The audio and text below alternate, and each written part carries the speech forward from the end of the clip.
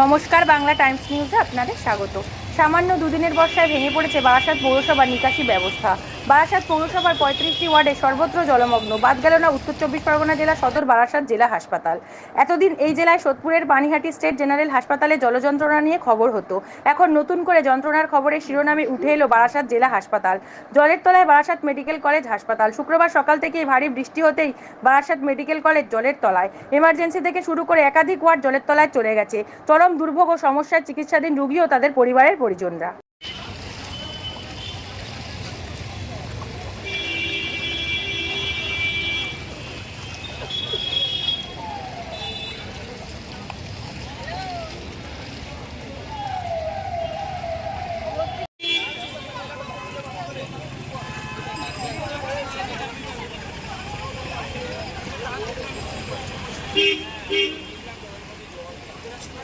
ওইটা নিয়ে নিন উপরে পোস্টটা করুন।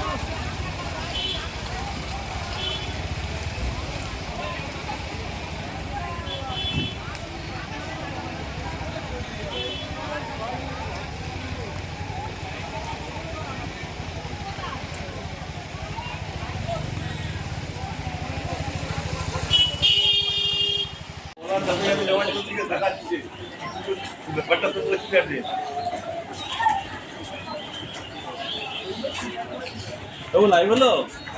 হ্যাঁ মোটামুটি ও মোটামুটি বলতে না না জল হ্যাঁ সামনে গেল জল। সামনে অসুবিধা